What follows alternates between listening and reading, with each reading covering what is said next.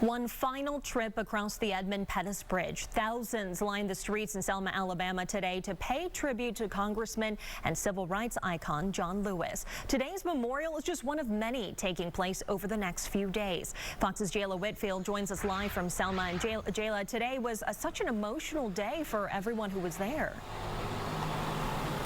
Definitely. Just a few hours ago, dozens gathered to say their final goodbyes as John Lewis crossed the Edmund Pettus Bridge for the last time. Today's memorial service for Lewis was somber for many because it was their final time saying goodbye to Lewis.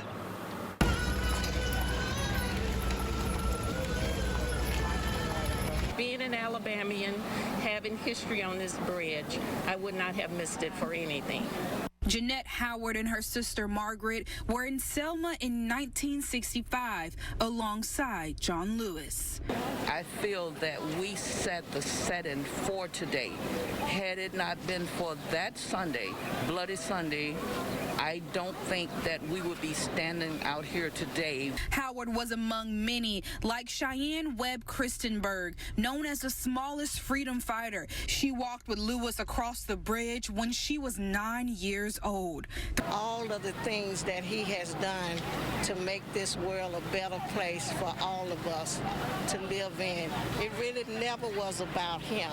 It always was about others. Lewis made it his mission to advance civil rights, and many here say they could never repay him. He had the heart of a lion and the heart of a lamb all at the same time. He made this world better for me, for my children, and for my grandbabies. Mourners say Lewis's message must carry on into the future. Well, we've come a long ways. We have a long ways to go.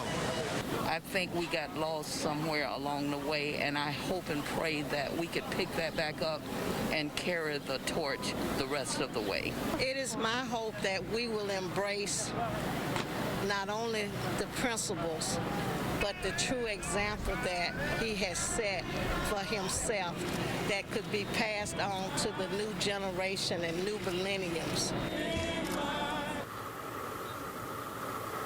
Lewis is now in Montgomery, where he sits at the state capitol. In Selma, Alabama, Jayla Whitfield, Fox 5 News.